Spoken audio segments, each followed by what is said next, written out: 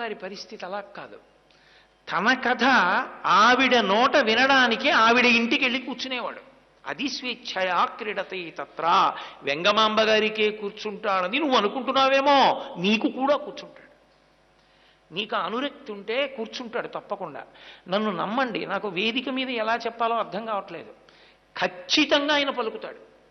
అందులో మీకు ఈషన్మాత్ర సందేహము అవసరము లేదు. పలికి తీరుతాడు పరమేశ్వరుడు.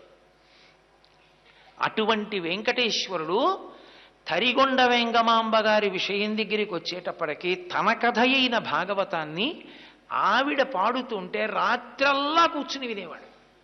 సుప్రభాతం ప్రారంభమైతే వాళ్ళ ఇంటి నుంచి పరుగెత్తుకెళ్ళి మూర్తిలో దూరుతూ ఉండేవాడు.